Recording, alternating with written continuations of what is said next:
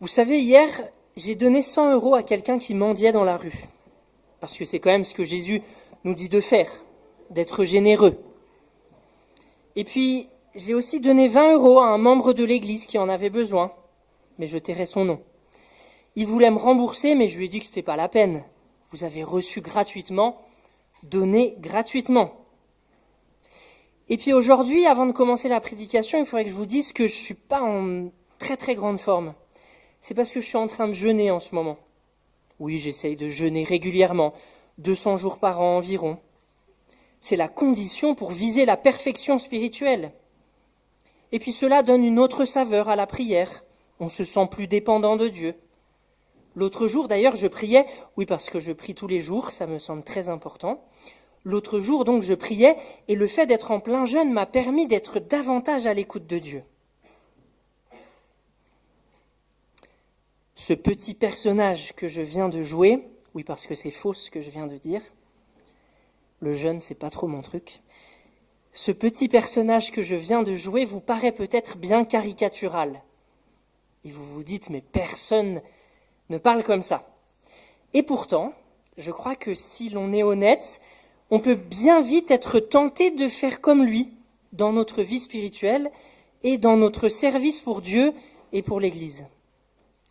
Mais Jésus nous invite à ce sujet à prendre garde, à ne pas céder à ce qu'il dénonce comme de l'hypocrisie.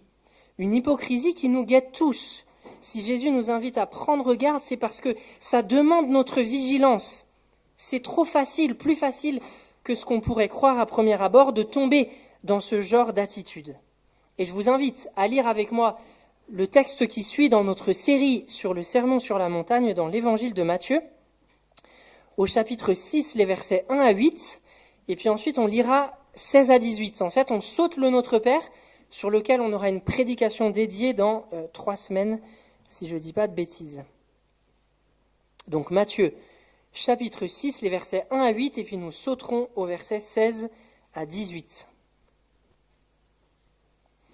Gardez-vous d'accomplir devant les hommes, pour vous faire remarquer par eux, ce que vous faites pour obéir à Dieu, sinon vous n'aurez pas de récompense de votre Père céleste.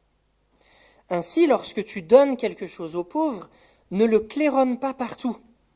Ce sont les hypocrites qui agissent ainsi dans les synagogues et dans les rues, pour que les gens chantent leurs louanges. Vraiment, je vous l'assure, leur récompense, ils l'ont d'ores et déjà reçue. Mais toi, quand tu donnes quelque chose aux pauvres, que ta main gauche ne sache pas ce que fait ta main droite.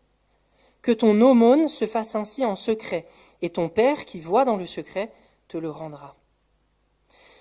Quand vous priez, n'imitez pas ces hypocrites qui aiment à faire leurs prières debout dans les synagogues et à l'angle des rues. Ils tiennent à être remarqués par tout le monde. Vraiment, je vous l'assure, leur récompense, ils l'ont d'ores et déjà reçue. Mais toi, quand tu veux prier, va dans ta pièce la plus retirée, verrouille ta porte et adresse ta prière à ton Père qui est là dans le lieu secret. Et ton Père, qui voit dans le secret, te le rendra. Dans vos prières, ne rabâchez pas des tas de paroles à la manière des païens. Ils s'imaginent qu'à force de paroles, Dieu les entendra. Ne les imitez pas, car votre Père sait ce qu'il vous faut, avant que vous le lui demandiez. Et nous sautons au verset 16. Lorsque vous jeûnez, n'ayez pas, comme les hypocrites, une mine triste. Pour bien montrer aux gens qu'ils jeûnent, ils prennent des visages défaits. Vraiment, je vous l'assure, leur récompense, ils l'ont d'ores et déjà reçue. Mais toi, quand tu jeûnes, parfume tes cheveux et lave ton visage, pour que personne ne se rende compte que tu es en train de jeûner, sauf ton Père qui est là dans le lieu secret. Alors ton Père, qui voit dans le secret, te le rendra. Amen. Je vous invite à prier. Seigneur, ta parole est la vérité, transforme-nous par ta vérité. Amen. Le texte qui est extrêmement structuré, vous avez vu, il y a des formules que Jésus reprend pour chacun des 3 exemples qu'il mentionne, qui reviennent à chaque fois, comme pour nous aider à mémoriser plus facilement son enseignement. Mais le texte, avant d'entrer dans ces 3 exemples, s'ouvre par une parole d'introduction. Je vous la relis. Jésus dit « Gardez-vous d'accomplir devant les hommes pour vous faire remarquer par eux ce que vous faites pour obéir à Dieu, sinon vous n'aurez pas de récompense de votre Père céleste. » Le texte s'ouvre donc bien par une mise en garde, par un appel à la vigilance. Gardez-vous. Ce dont Jésus va parler, c'est quelque chose qui doit retenir notre attention. Encore une fois, il ne faut pas croire que nous ne tomberons jamais dans ce genre d'attitude. Jésus dit, il faut être vigilant. C'est trop facile de tomber dans ces attitudes-là. Ne croyez pas que ce sont que les autres qui y tombent. Chacun, pour lui-même, doit être vigilant et se garder de tomber dans ces attitudes que Jésus dénonce. Et le problème dénoncé justement par Jésus est clairement énoncé dans cette phrase d'introduction et nous aide à comprendre la suite, ce que Jésus dira ensuite pour chacun des 3 exemples qu'il va mentionner. Le problème, c'est le suivant, obéir à Dieu devant les hommes pour se faire remarquer par eux. Remarquez que le problème n'est pas d'obéir à Dieu devant les hommes, c'est d'obéir à Dieu devant les hommes pour se faire remarquer par eux.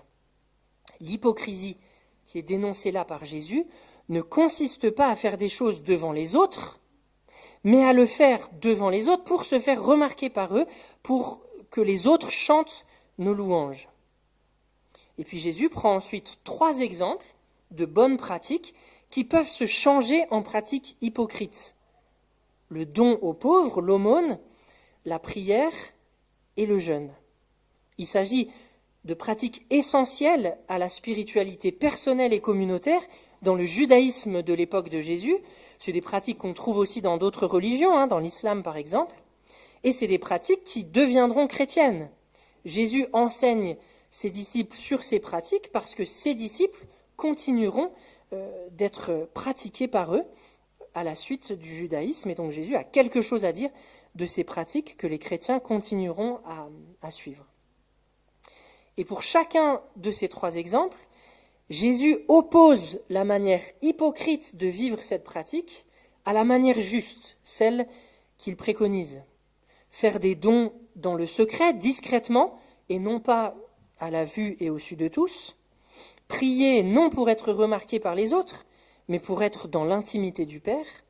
Jeûner non afin que tout le monde se rende compte qu'on jeûne, mais pour que seul le Père s'en rende compte. Et à chaque fois, pour chacun des 3 exemples, on a une double opposition. Il y a l'opposition de 2 manières de vivre la discipline spirituelle en question, la manière hypocrite et la manière juste. Et il y a aussi une opposition entre 2 manières de recevoir la récompense pour ce qu'on a fait. Il y a le fait de recevoir la récompense de la part des hommes, dans le présent, ou de recevoir la récompense de la part du Père, dans l'avenir. Avant d'entrer plus en détail dans le texte, une dernière remarque d'observation, introduction. Il faut noter, je crois, pour bien comprendre ce que Jésus dit, le caractère hyperbolique de ses propos. Ou pour le dire autrement, le caractère un peu exagéré que Jésus a de parler pour des raisons pédagogiques, pour nous faire bien comprendre. Mais si on lit de manière littérale, on risque de mal comprendre. Je crois que c'est assez évident à quelques endroits du texte que Jésus exagère dans sa manière de parler. Par exemple, lorsqu'il décrit les attitudes hypocrites, il est très probable que personne à son époque ne sonnait littéralement de la trompette lorsqu'il donnait quelque chose aux pauvres. On n'a aucune trace historique que des Juifs faisaient ça, qu'ils allaient sonner de la trompette parce qu'ils avaient fait un don aux pauvres. Donc vous voyez bien que c'est une manière exagérée de parler pour dénoncer une attitude qui, elle, est réelle, faire un don de manière à être vu de tous. Et Jésus a des formules d'exagération aussi lorsqu'il décrit les attitudes justes. Par exemple, quand il dit que ta main gauche ne sache pas ce que fait ta main droite, là tout le monde se rend compte qu'il y a une formule d'exagération qui a une vertu pédagogique. Mais sur d'autres phrases, ça peut être un peu plus ambigu. Par exemple, quand Jésus dit « va dans ta pièce la plus retirée et ferme la porte à clé », il faut se rendre compte que c'est aussi une formule exagérée. Déjà parce que la plupart des Juifs de l'époque n'avaient pas dans leur maison une pièce retirée qu'ils pouvaient fermer à clé. Chacun n'avait pas sa propre chambre dans laquelle il pouvait se retirer. Et puis surtout, d'autres textes nous montrent bien que Jésus n'interdit pas de prier en public. Jésus ne nous interdit pas de prier en public dans le cadre du culte, par exemple. Au contraire, il aurait peut-être même plutôt tendance à l'encourager. Jésus lui-même va prier en public. Donc il faut comprendre que cette phrase est exagérée pour des raisons pédagogiques et que ce que Jésus interdit, c'est non pas de prier en public, mais il ne nous demande pas de cacher absolument tout ce que nous faisons, mais plutôt il nous invite à ne pas faire ce que nous faisons pour se faire remarquer. Il nous invite à ne pas faire ce que nous faisons pour en retirer de la reconnaissance ou pour être glorifié par les autres. C'est ça qu'il dénonce. C'est le fait de faire des choses en public pour recevoir des louanges de la part des êtres humains. Au fond, ce que Jésus interroge par ce discours, ce sont nos motivations dans la pratique des disciplines spirituelles. Pourquoi faisons-nous ce que nous faisons ? Pourquoi faisons-nous ce que nous faisons ? Et si nous sommes honnêtes, je crois qu'il nous faut reconnaître que nos motivations à agir dans l'Église, et même au-delà de l'Église, ne sont jamais complètement pures.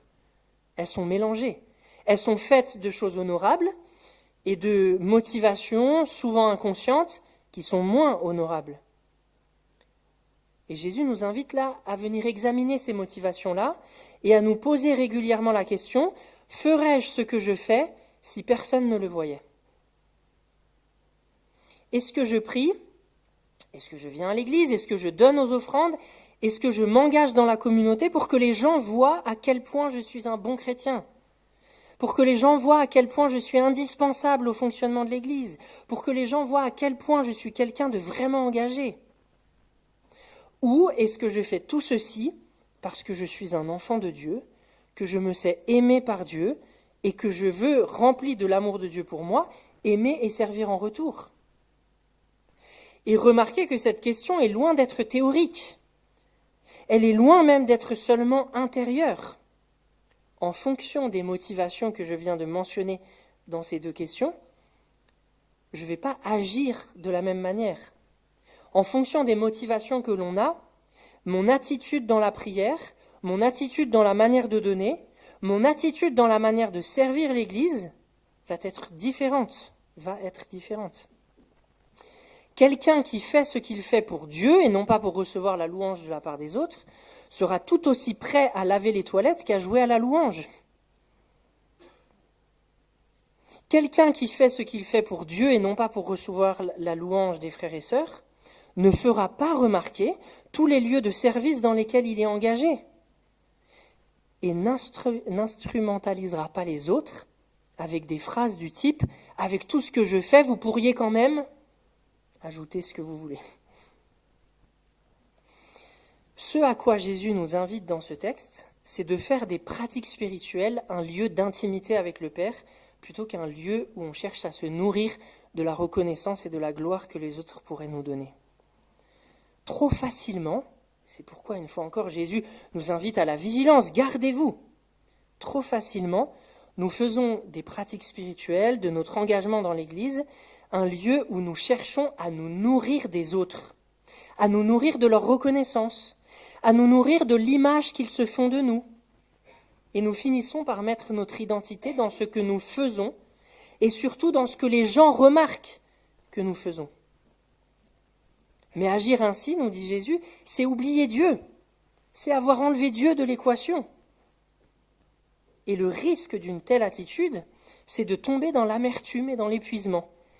Parce qu'on finira toujours par être déçu de ne pas assez recevoir de la part des autres. Et si c'est ça qu'on cherche, on finira toujours par tomber dans l'amertume et l'épuisement. Les autres ne nous donneront jamais assez si nous voulons être nourris de la reconnaissance des autres. Jésus nous invite à remettre Dieu au centre. Le secret dans lequel je suis invité à prier, à donner ou à jeûner, devient le lieu de la rencontre et de l'intimité avec le Père. Et c'est cette proximité-là avec le Père qui devient alors la source de mes pratiques spirituelles. Les pratiques spirituelles et la vie chrétienne en général deviennent une expression de ma foi, une expression de ma relation au Père, et non plus un moyen de gagner quelque chose. Mon engagement dans l'Église devient le débordement de ce que j'ai déjà reçu, et non pas une quête pour être nourri de quelque chose d'autre de la part des autres. Autrement dit, nous sommes appelés à donner ce que nous avons reçu. Et dans ce cadre-là, la prière ne peut pas être le lieu d'instrumentalisation de Dieu.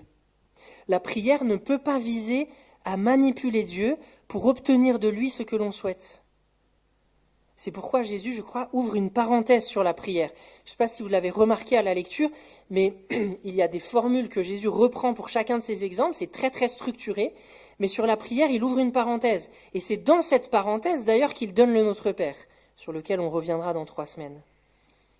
Mais on a lu juste le début de la parenthèse, les versets 7 et 8, où Jésus dit « Dans vos prières, ne rabâchez pas des tas de paroles, à la manière des païens. » Contrairement à ce qu'on entend souvent, Jésus ne dit pas ici qu'il faut éviter toute répétition dans nos prières. Pourquoi est-ce que je dis ça ? Jésus, juste après, enseigne une prière construite avec soin et faite pour être répétée, le Notre Père. Et rappelez-vous, à Gethsémanée, juste avant sa mort, Jésus va prier la même prière 3 fois. Donc, ce n'est pas une interdiction de répéter des prières que Jésus formule ici. Veillons, nous qui sommes évangéliques et qui sommes donc tentés par ça, veillons à ne pas confondre authenticité et spontanéité. Nous croyons souvent que si nos prières sont spontanées, elles seront plus authentiques. Ce n'est pas toujours le cas. Une prière spontanée n'est pas nécessairement, n'est pas a priori plus authentique qu'une prière qui est répétée avec le cœur, comme la prière du Notre Père par exemple, ou d'autres. Ce que Jésus dénonce ici donc, ce n'est pas le fait de répéter des prières, c'est le fait de répéter vainement, de multiplier les paroles comme si c'était la quantité qui allait faire plier Dieu. Ou bien, dénonce-t-il peut-être aussi les prières incantatoires qui étaient faites dans les milieux païens justement. C'est le genre de prière où il faut dire les formules de manière exacte si l'on veut être exaucé. C'est le côté un peu magique de la prière. Si on ne la dit pas correctement, Dieu n'entendra pas. C'est ça que Jésus dénonce. Le fait de répéter vainement comme si c'était la quantité qui allait faire plier Dieu, ou le fait de répéter exactement comme si c'était la formulation qui comptait pour pouvoir être exaucé de manière un peu magique. Si on prie comme ça, la prière n'est plus le lieu de l'intimité d'un enfant avec son père, mais le lieu d'une instrumentalisation où l'on cherche à incliner Dieu pour son propre profit, pour sa propre gloire.